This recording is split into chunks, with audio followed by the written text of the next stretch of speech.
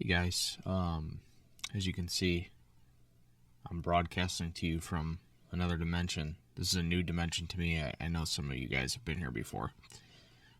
Some of you live here, but this is the set collecting dimension. And until I,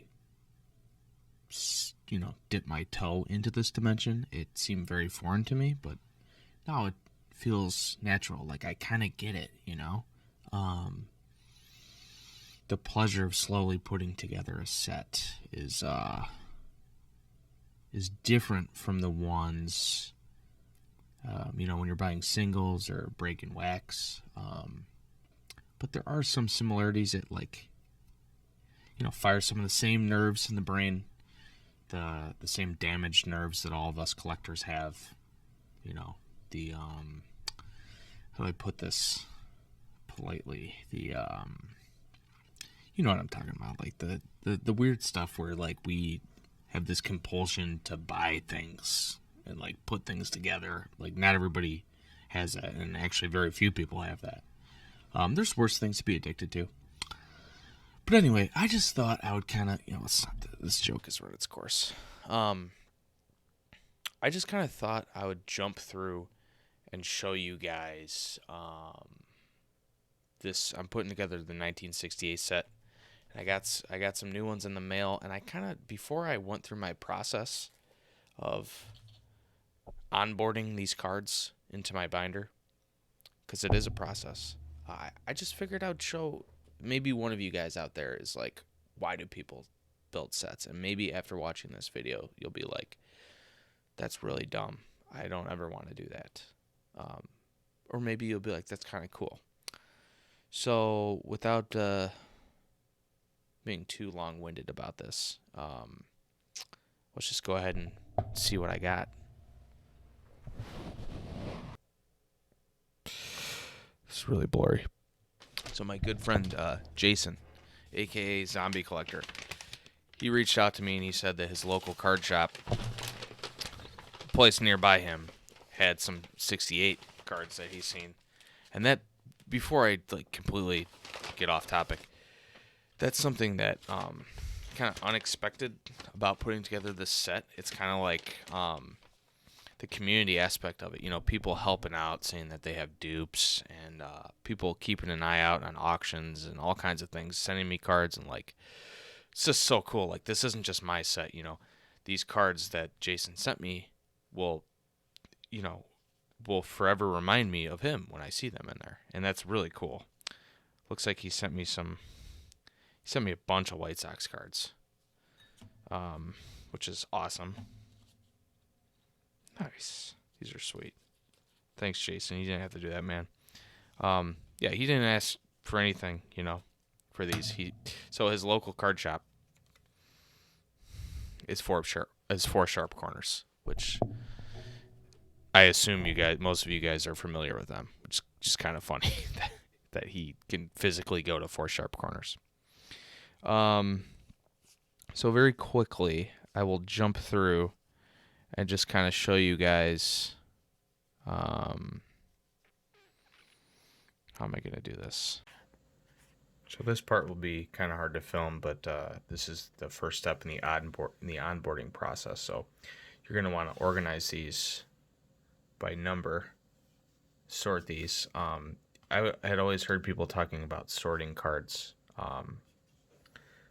And obviously I know, generally what that means, but practically, I don't really know, or I hadn't done it before. So it's just kind of, I don't know, there's something very kind of therapeutic about putting these cards in order. As you go through, and you just slowly kind of put them in order. I'm not very good with numbers. I don't know if you guys know how many numbers you can count to.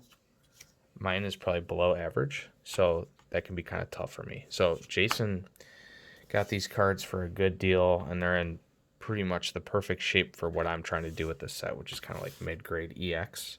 So I sent him a list of all these cards that I needed, and it looks like he got more than I even asked for, which I hope he didn't spend more money than I sent him.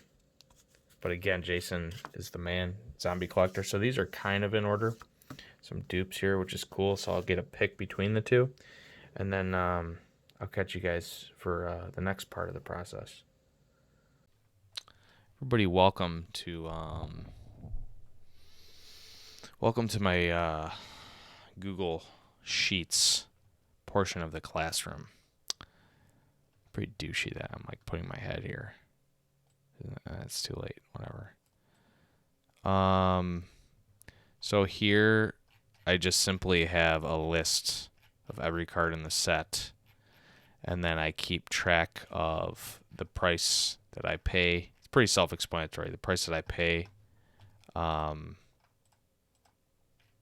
in this column, and then it automatically will white out, or it'll cross out if I put a price in there,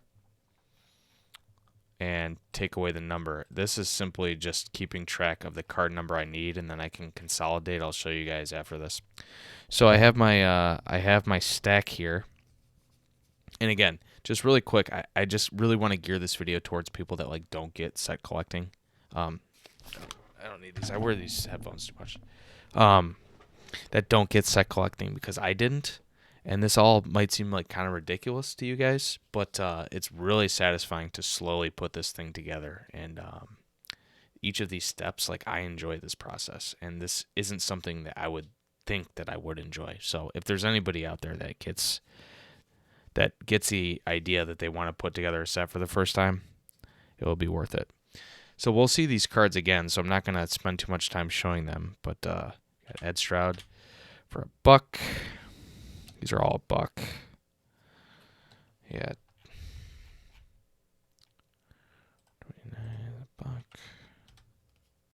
29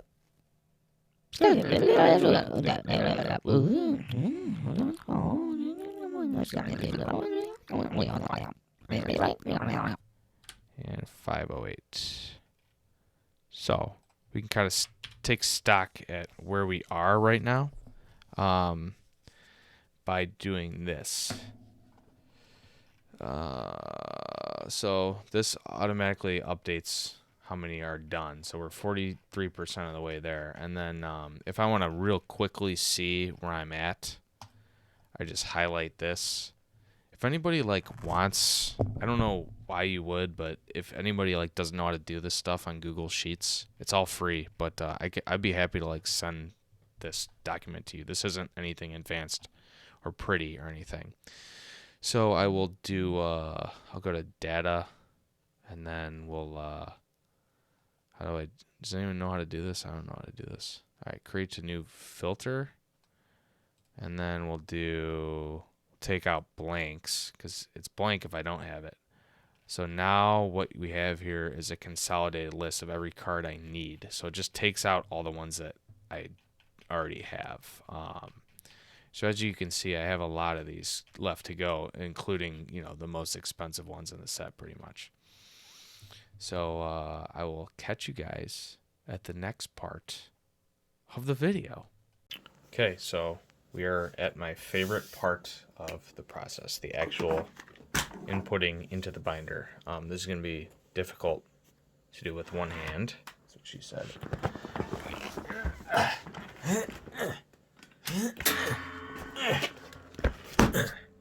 Okay, so we have our stack here. Everything's in order. Take great care not to mess up these cards. And just this is an important part of the process as well. Okay, so let's do this. We got number 31. This is probably the most difficult part for me because, again, I'm not good with numbers and it's like really hard to count. So you like have to kind of figure out where the things go. Okay, so here we go. This is where Ed Stroud will live permanently. So Ed Stroud will live right here on this one right here. Welcome home, Ed Stroud. So I'll kind of be quiet and you guys just see if you can gain any of the satisfaction of this part.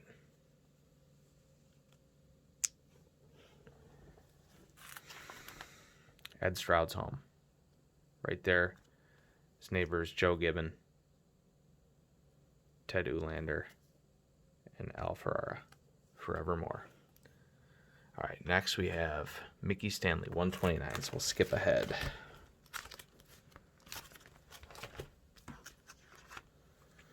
$129. So $129 will be right there. Next to Tom Dukes and Alonzo Harris.